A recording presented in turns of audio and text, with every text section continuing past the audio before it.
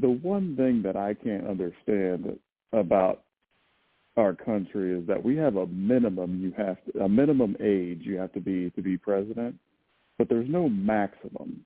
And I say that because I feel like Joe is past the maximum, and it doesn't. I don't know.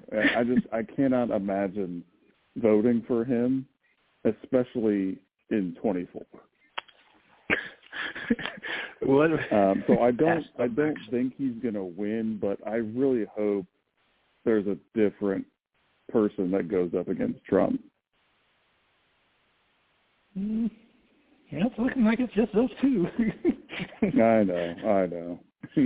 I mean, we're really getting down to it. If there was going to be someone, it would have happened like last year, I feel. Normally like 2 years out. You had your Bernie Sanders came close and got shut down eventually before this point. So it's looking like the rematch. Free the hostages, Joe. Could do it, Joe. Yeah. Do it, Joe. Yeah, I'm not trying to make fun of Joe. It's honestly sad to watch him sometimes and just to see his movements. But yeah, I don't think anyone that age should be running the country. Yeah, he falls a lot. You know? Yeah. You get a certain age, you fall, like you die. Like just falling on the ground. I'll bring an obscure reference up. The actor that led the old vampire TV show Dark Shadows, his name was Jonathan Frid. He played Barnabas, this vampire. This is well before either you and I were born, you know. But he just fell one day at his old age, and he died. He just fell and died. Oh, damn. So that's what happens. Yeah, that's pretty disrespectful. You know, that's pretty disrespectful. So he's still touching on like little, like, you know how he gets. Eminem, he'll bring up some bullshit, like he still touches on everybody he's dissed, you know what I mean? Even he seems to hold a grudge. Right. It's funny. You know who I was thinking about yesterday? The guy you affectionately called Heroin Guy, like whatever. Oh yeah. This is back in a number of years ago. He's dead. He's dead. Yeah, he's dead. A guy years ago you called Heroin Guy is actually dead now. Yes. Wow, man. That was like not too long after that time era. Yeah, that trend shot and killed him on accident. It was all accident. It's like, man. Oh, crazy. And we haven't been on the air in like 5 years. So Post Malone has been winning Best Rap Album a lot. Where you at with that? I don't dislike Post Malone. I like his music. I think he's good. I feel like he's a genuinely nice guy from what I've seen from him. So it's like you want to wish good things for good people. But with the state of rap music right now, and as much as anybody, I guess that's what I'd say with rap music right now. I'm not overly impressed with it. Maybe I'm just becoming that old fogey that goes, music was better back in my day, but I feel like it was. And we haven't been as far as songs dissing Marshall Mathers. If you had to diss him, if you had to write a song, what would you do? That's a simple answer to this question, and I just wouldn't. I just wouldn't. We went bowling. It was like Danny and Victoria and me and you brought a 40 ounce to the bowling alley. I used to drink the Cobras, the King Cobras back then. Now we drink these 22s with Coronas. But it was like this thing. I was like, who does that? I was like, oh yeah, Rob May, if I could do that. And the guys are like pissed off at you that work there. You were just like cussing them. It's just like, yeah, I don't know how much fun everyone else had, but I had fun. Yeah, it was a good time. Now, what is the Centerfold Club? For people that don't know, what is this place? Oh, well, I basically felt like a sexual counselor. I mean, I had people come in. I had very good customers, and one of my customers actually came in, and he had a contract signed in blood saying he wanted me to cut his dick off and put it in a jar and put him in a cage. And so I just signed it. I just signed as Mistress Deliah because I didn't know what the fuck to do. But, I mean, I'm sitting there talking to... A guy came in and said... No, he was a regular customer. I mean, I would sit there and talk freaky to motherfuckers, you know, all night long. I mean, he was a regular customer. But what was weird, he looked like a little internet geek like you would never think in your life.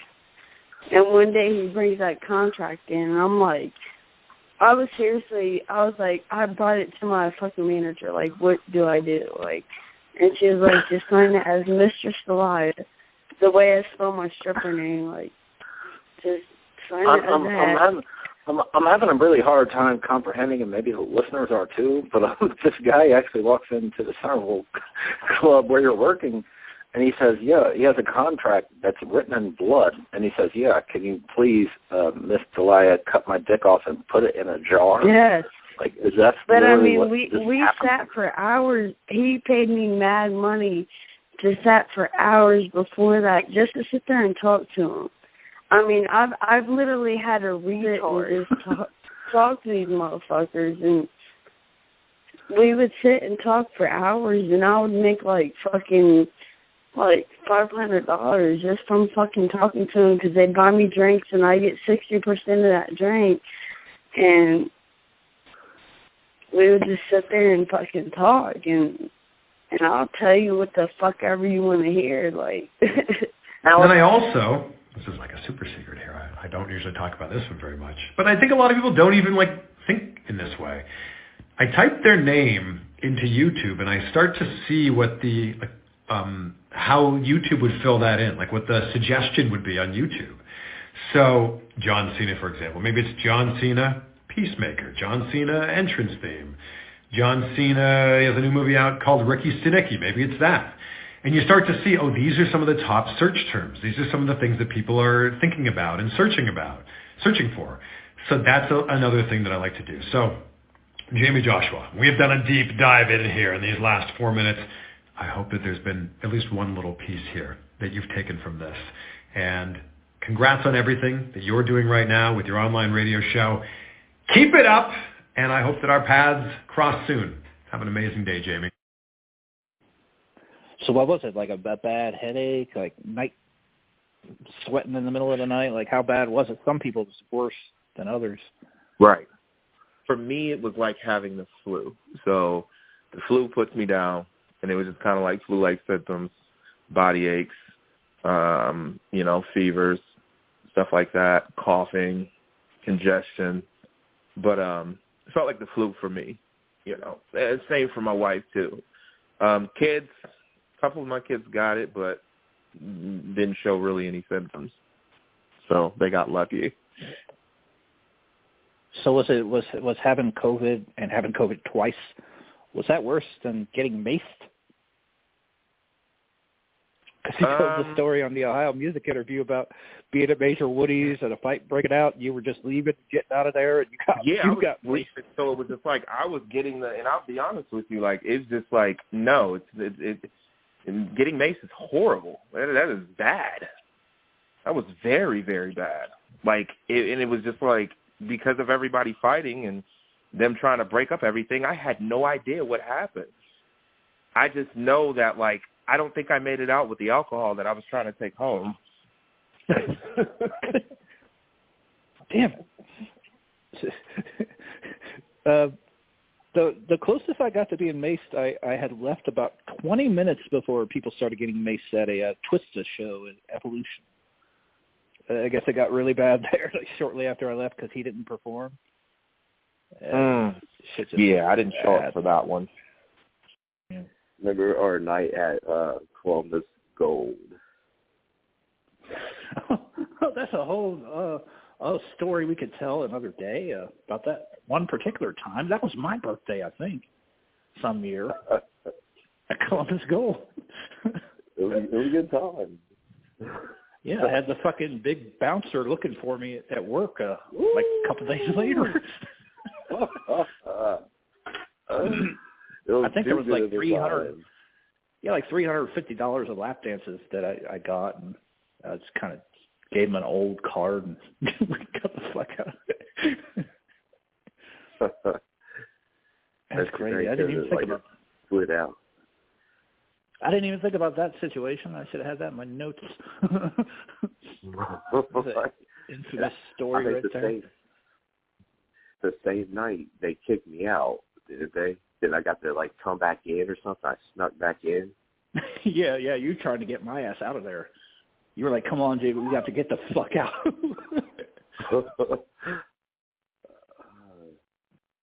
Good times. We're gonna be on here forever about me telling how I don't give a fuck. I can't believe I forgot about the Columbus Gold story. Jeez, it reminded me about that whole event. Had me up in there looking like a bumblebee and shit with that $30 shirt I had to buy to get up in the club. Oh yeah, remember that we called the bumblebee shirt? Yeah, you had just bought it because kicked me out over that shit. I came back in with that bitch. I hopped on the fucking stage and I had that bumblebee shirt hanging out of my back pocket, still trying to just get it in, have a good time. Not giving a fuck about them big ass body bouncers. I could have just like crushed me like a pop can type shit. I didn't give a fuck. I was just ready to put my life on the line, have that much of a good time that night. You had too much of a good time. Yeah, we had little regard for things like rules or our safety. Artists. My favorite MC will be Eminem. Who I love is Jay-Z, but my favorite artist and who I hold and like as terms of his ability, his bars, metaphors, similes, Eminem. And people don't like his new style. Okay, I don't like it compared to his old stuff of like, you know, the storytelling and everything like that, but his bars and his technique, he has like his technique, he's just very, very technical. Very. And it's like ridiculous. It might sound like mumble jumbo to people that like want to make fun of it, but like I listened and like listening to Kamikaze and stuff like that. Like I listened and I can put together everything that he's saying, and it's fucking mind-boggling how he's able to do that. It's mind-boggling. It's ridiculous. Wouldn't it be? I just had this messed up thought. Wouldn't it be the worst thing ever if it came out that he had a ghostwriter? Bizarre was really writing all that stuff. Wouldn't it be? Oh, I think a lot of people it'd probably be suicide. People that looked up to that man like that. Eminem had a ghostwriter. It's bizarre. Oh my God, no. Oh man, that would be. But it couldn't be possible. It just couldn't be possible. Yeah. Like shotguns would be going off. Somebody had like I just can't do this life thing anymore. Yeah, I'd be so pissed. Like I'd be so pissed off for that. Like I would be so mad. It would be such a letdown. We sat in the car all the time, just like listening to Disturbed or whatever rap we're doing, 3-6 Mafia or whatever. But we were just sitting there one night, and you were like, "Hold on a minute, we're not leaving yet." And I'm like, "What's going on?" And I was just waiting for it, and then I forget who it was or what his name was, but he got in his van eventually, and it just would not start because he had shoved a bunch of pre-packed forks into his tailpipe. Yeah. And this is why we were sitting out. I think his name was I think his name was Enrique. It was Enrique. For some reason, Rafaco came to my mind. I think that was a different guy. Well, we said first time you met me, I showed you love in D.C., but you were scared like a pussy with your eyes on the floor, while your crew showed me love outside the front door, talking about, yo, what's up, ain't you Whitey Ford? I love that song, What It's Like, and jam, praise the Lord. I don't do that did not happen. I mean, he came back with Quitter and fucking murdered him with that. Eminem, like, yeah, really destroyed him with Quitter, man. Pretty bad. And yeah, that I didn't really like. I mean, a lot of people kind of liked the Whitey Ford one, but when I first heard it back in the day, I wasn't too I wasn't too impressed with it. Well, listening to it earlier, I didn't know if he wanted to fight or fuck. Like, there's a lot of stuff in there, questionable lyrics. Right? He called him gay. What did he say? He said, "Suck his dick." Yeah, give me some brain. What the fuck? He called him Marilyn Monroe. Like, his mind was in a couple different places on that. Right. Another old one here. Here comes the mighty. Oh God. Now, you stop while you're walking on the bridge, like how I would do, just to take a picture or something? Or is it just people sleeping on the bridge? Like, is this a way to get rid of the homeless people? That's what I think it is. I think they use Formula One, like covering up the bridges so people couldn't watch the race. I think they use that as an excuse to get rid of all the people sleeping on the bridges, because when you and I are in Vegas, we know there's at least two always just there laying on the bridge or around the bridge. It's not just the people sleeping there. It's the panhandlers there, the people, playing music or trying to play music or trying to do karaoke, whatever they can do to get some money. But, yeah, I think that's a lot of it, is that it was more like, okay, for Formula One, we got to keep you moving because, you can't just stop and watch the race for free because we got to make money off you somewhere. And now it's, a matter of, oh, well, let's just keep this rule in place. And the rule in place basically is saying, nobody can stop, which is going to, that's the homeless population pretty much. The homeless population, the panhandlers, the street performers that don't pay for their spot or don't go to a spot that they're legit allowed to be, that may do it on a bridge. I'm completely with you. I 100% believe that it was an unintentional or maybe intentional side effect, one way or the other. Like side effect. They stumbled across it, Just happened to stumble across this. And they're like, yep, we can use this. We make this a law. They'll never say that. They'll never say that, but we're not stupid. Yeah. And I mean, they come out of the tunnels and they, right there at the Rio, there's you see the train tracks, they're all right there. And, they live in the tunnels under the city and by the link, where it always floods, like they're down in there. Yeah. And, if I was going to be, homeless or whatever, that'd be a good place to be, I guess. Yeah. I mean, better shoot me with a tranquilizer dog. Don't be fool stupid. I'm not a Simpson name bar. I'm not a cartoon. You silly baboon. Listen like a tycoon. In the state of monsoon. Can't you see the only way I live my life is large? And I got the most games with 200 plus yards.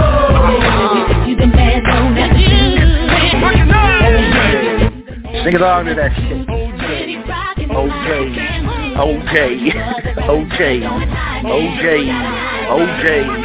Man, OJ. Yeah, OJ dropping the hot song here.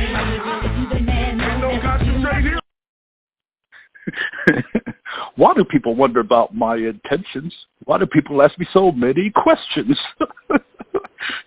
Well, because OJ, we think he killed those two people. That's why we're asking you questions. Kendrick could drop any minute. Some sad news happened recently. My man, OJ, passed away. Innocent man. He took that to the grave. A lot of people thought OJ was on his deathbed. Maybe he would admit to the murders. Well, if he didn't kill him, he couldn't have done it. How sad were you when you heard this news? Sometimes I don't know if you're being sarcastic or not, man. I don't know if you're being sarcastic or not sometimes. No, I know OJ was your boy. No, just think about it. If you ever killed somebody and you're dying, why would you confess? Why would you? I mean, not that I give a shit about my legacy once I'm gone. I mean, once I'm gone, I'm gone. But why would you do that to, your family, your friends, and say all of a sudden all these people who defended you, now I'm going to throw them under the bus. Yeah, I did that shit. No, it's not going to happen. He's not going to say it. It just turned into a really unique situation because I get zeroed out because I oversee this huge dude that makes me look little. And he comes down there, and his bag of crack falls out his pocket because he's a dealer too. But he got caught slipping, and I watch Fury, like, as soon as he gets up, grab this huge bag of crack and stick it in his pocket. Dude goes away. I ain't thinking nothing about it. One of the guys in the crew, he's like, man, let me hear you rap and shit. So I'm freestyling in this hallway, watching people sell crack and smoke crack and all this stuff, and we're just kicking it. RC's up in the house making a beat with Face or Fury. I'm out here in the hallway kicking it with the homies and shit. You know what I'm saying? I just got my hall pass just by being a dope lyricist. So I'm like, all right, cool. Well, this big Debo-sized dude, and I'm not joking, he roughly was about the size of Debo in Friday. He comes back down here, and I happen to be outside with this dude, Fife, smoking a blunt. And dude immediately thinks that because I'm a white dude, I stole his crack. Now, I'm not going to snitch out these dudes that are showing me love, but I'm looking for, like, a little homie support here. Like, this is not my hood. This is not my block. I've never been here before in my life. I might get shot here in a minute. It'd be dope if I don't. Well, this is where I found out the loyalty level of Jamaicans is above and beyond, because you do not fuck with anybody that they consider a friend. Point in case, dude doesn't make it to the porch. He's walking up and he's like, hey, that honky motherfucker stole my crack. And I'm like, bitch, I wasn't even out here. You know what I'm saying? And he's like, oh, man. He goes to reach in his pants in a, like, what I assume was probably where his pistol was.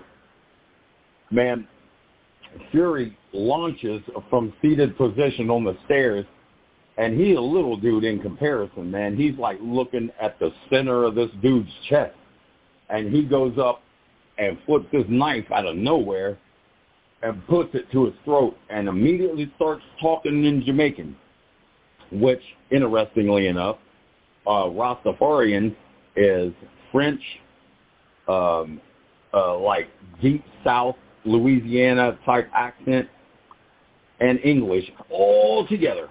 And I don't know how they come up with that, but that's what they speak, you know, when they get pissed or when they don't want you to know what the fuck they're talking about. But he's about to slice this dude's throat for me, and he just met me like an hour ago. And I'm like, so this is Atlanta, huh?